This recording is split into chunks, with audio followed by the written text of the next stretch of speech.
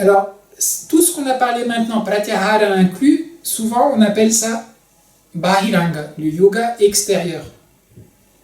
Et en fait, pratyahara, c'est entre les deux. Donc parfois, pratyahara, on met avec bahiranga, parfois on le met avec ceux qui viennent après, antaranga, le yoga intérieur. Donc qu'est-ce qui vient après? C'est dharana, dhyana et samadhi.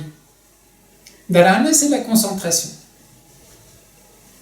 C'est est-ce que vous arrivez à poser votre esprit sur quelque chose de manière stable?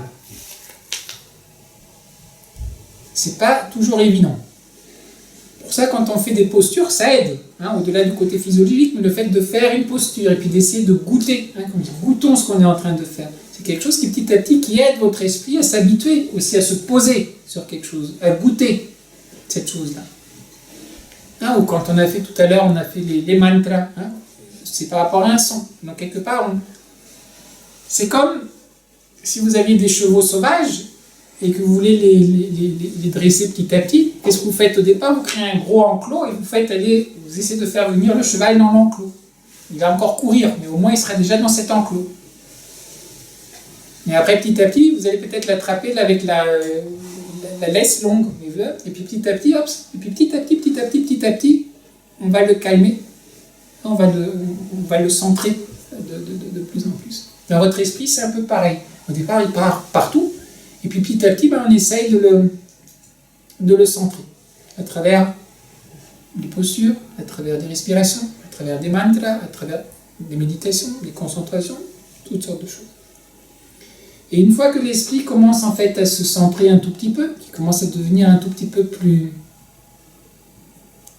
C'est comme décanter en fait. Vous prenez, je sais pas, un verre d'eau, vous mélangez avec, je sais pas, de la terre, puis vous agitez tout ça, puis après vous le posez. Puis petit à petit ça se décante et vous avez en fait la poussière qui va descendre et puis l'eau va devenir de plus en plus transparente.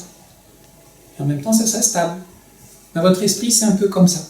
Petit à petit, s'il se décante quand il commence dans le yoga, tout au départ il dit que yoga c'est Chitti Vritti Nirodha, ça veut dire le yoga, c'est la cessation des tourbillons du mental ou de l'esprit. C'est en fait, c'est ça. Normalement, vous fonctionnez, c'est... Et comment est-ce qu'on apaise? Comment est-ce que votre esprit, comme un lac qui devient tout apaisé? Et en même temps, il va devenir transparent, il va devenir stable. Et en même temps, si vous avez la lune, là, il peut refléter la lune, il peut refléter le paysage. Tant que vous avez toutes les vagues, il ne peut pas refléter correctement les choses. Donc la première étape, c'est ça. C'est l'étape de déjà stabiliser son esprit. Arriver à, j'aime pas beaucoup le terme concentration, mais attention. Arriver à mettre son attention de manière stable sur quelque chose. Et ça, quand vous êtes capable, et que petit à petit, mais il y a un effort à fournir. Pour ceux qui font un peu la méditation aussi, avec moi, quand on fait le travail sur la respiration, c'est juste le fait de ramener son attention sur la respiration. Et on n'y est pas très souvent. Et donc il faut un effort. On est toujours obligé. Notre esprit veut aller ailleurs et on est obligé à chaque fois de le ramener, de le ramener, de le ramener. Donc il y a un côté de la volonté, un côté d'effort qui est assez présent. Mais petit à petit, quand vous pratiquez, cet état d'esprit devient l'état d'esprit plus naturel. Et à ce moment-là, petit à petit, on glisse à dhyana.